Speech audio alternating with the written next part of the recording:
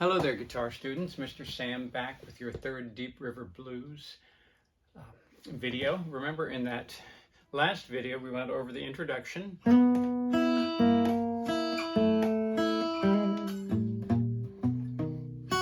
The beginning.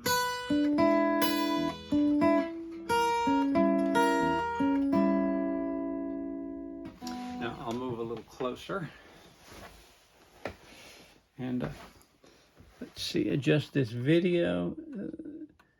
There we go. Make sure you can see both of my hands. Maybe I should just adjust that. There we go. So that was measures 1 and 2. And remember, that's an E7 chord. And then an E diminished.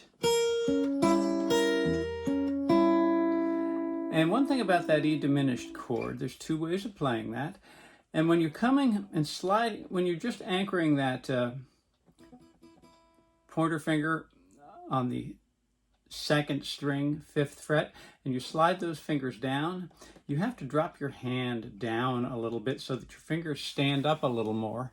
Because if you don't do that, your ring finger is going to deaden your 3rd string. It'll sound like this.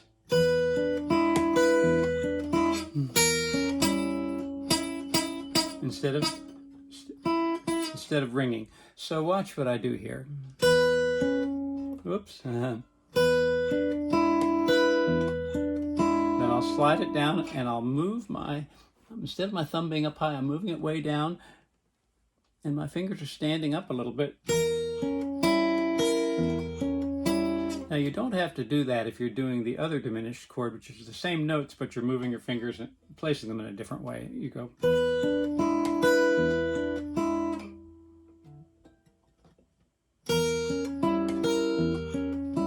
You don't tend to have that problem quite as much. Again, that's the other diminished chord. That's a more traditional diminished chord. But Doc Watson always did it this way. And I figure if Doc Watson can do it that way, I can do it that way too. Anyway, let's look where we go from here. I'll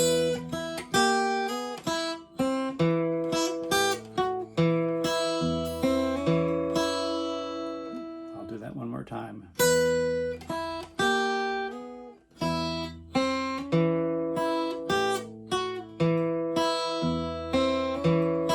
Now there's a lot going on there. What I'm doing is going back to that E7 chord after the diminished. After that. Then I'm going on my 3rd measure. I'm playing the top and the bottom strings, pinching them. Then I just play the open 1st string. That gives me time, with that 1st string ringing, gives me time to move my left hand down so that my pointer's hanging out in the air, so that my ring and my middle finger can go on the 1st and 3rd strings, 3rd fret. So I'm going pinch, 1st string. So what happens is I pinch the 1st and 3rd strings when they're on the 3rd fret, and I slide them to the 4th fret. That's going from the minor 3rd to the major 3rd on that 1st string. That's actually part of an E chord, an E7 chord.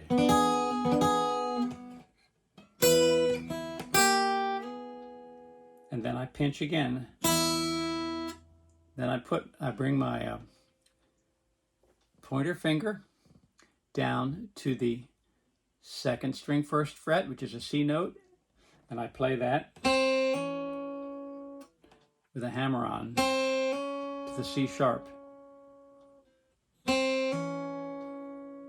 So it sounds like this.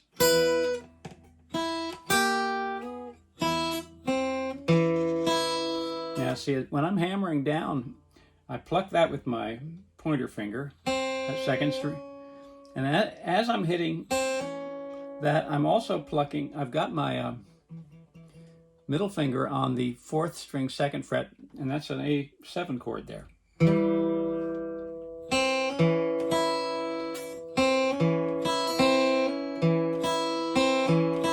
So I'm hammering down, and when that ring finger lands on the 2nd string 2nd fret, I'm simultaneously hitting that, playing that 4th string with my thumb, and coming up on the open 1st string. Then I put my pinky down on the 1st string 3rd fret, and I pinch 1st and 5th strings. And then I come down 1 fret,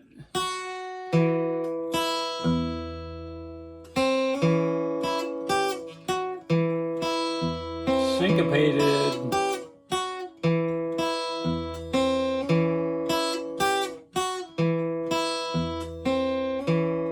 I recommend that as an exercise.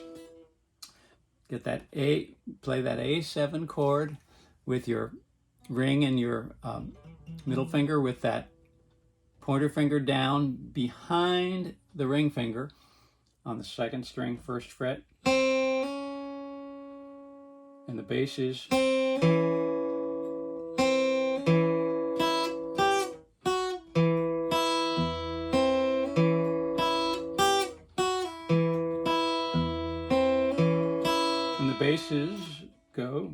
the bass goes.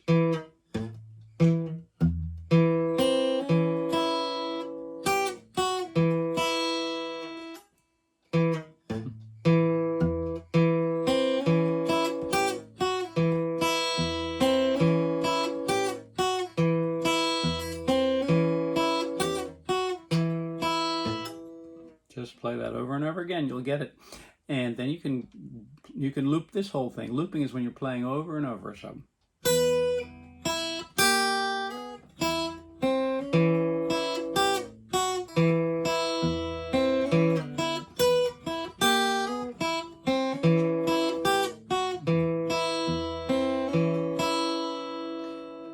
then to go on from there with that open 1st string ringing, after that hammer on again, that's that hammer on the 2nd string with the thumping down, playing with your thumb on that 4th string.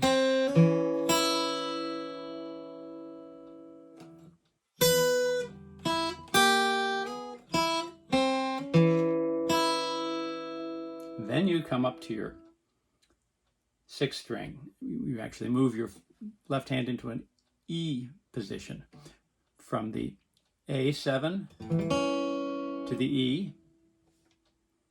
Then you play 6, 4.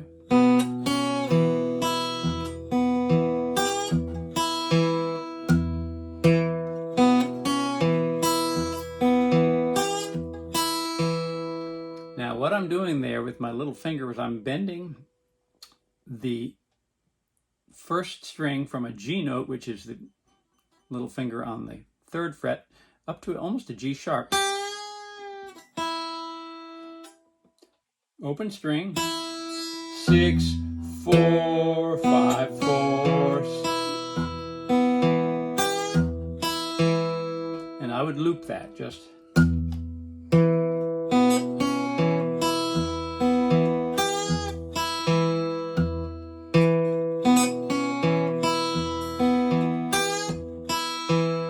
It's a really beautiful crying sound.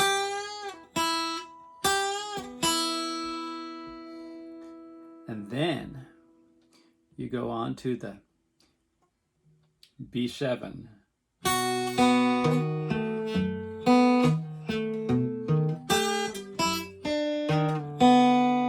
Now, what did I do there? Okay, B7 chord, standard B7 chord.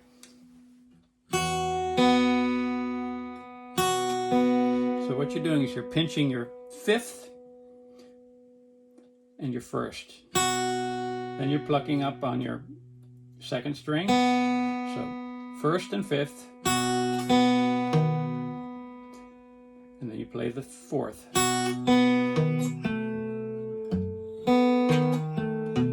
Now watch my middle finger.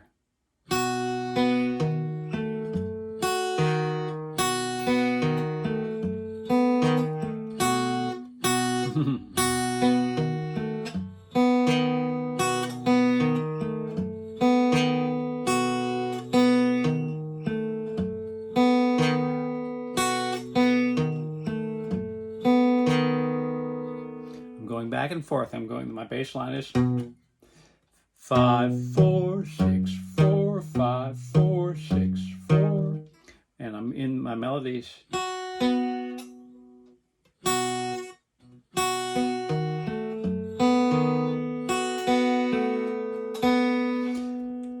Melody is 6.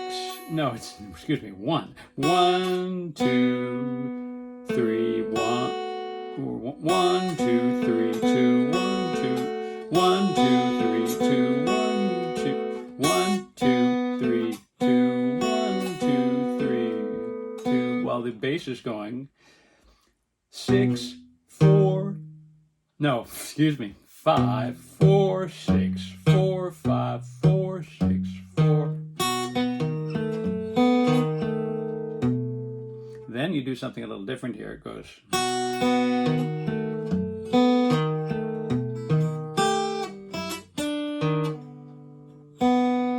So what you're doing there is, I'll come into that from the 5 4 6 4 1 2 3 2.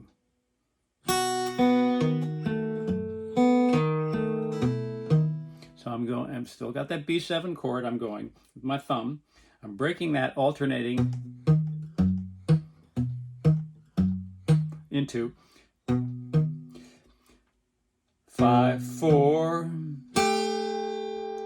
3.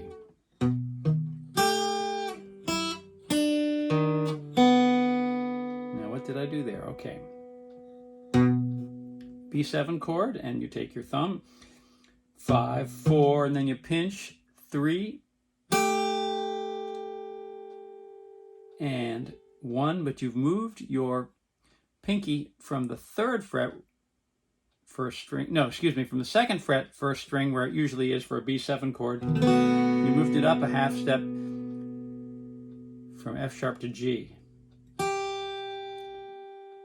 And you're having it on that G note when you're pinching the 3rd string. And you bend it. And then you pinch it again when and you're playing the 6th string that you've moved your middle finger up there. Watch this. Then you put your pinky up to the 2nd string, play the 3rd, 5th, 4th string, and then play that B note, that 2nd string open. So the whole thing sounds like.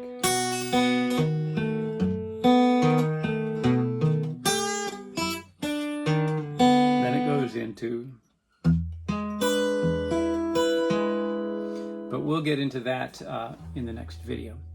Anyway, what I would suggest is looping those parts, you know, the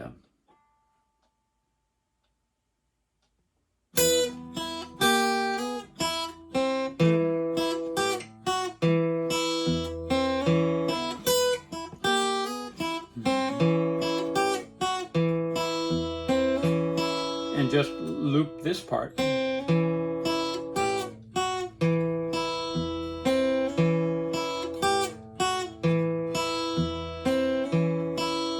Getting that syncopation down, and then that.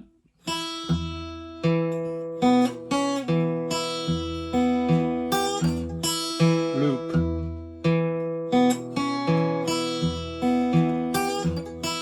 Over and over again until you get it. Because remember, music is beautiful, but it takes a lot of technique, and you've got to get those parts down before it really becomes music.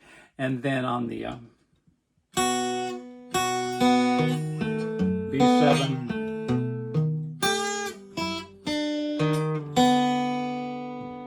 okay, well, have a good time with this. I'm going to switch this back to my other view. Let's see. There we go. Did I do that? I'm not the best at being a cameraman, but I do the best I can. Let's see. Get this back. There we go. Anyway, have fun with it. Take your time, slow it down, and enjoy it. And we'll get into more of Deep River Blues in video 4. Bye-bye.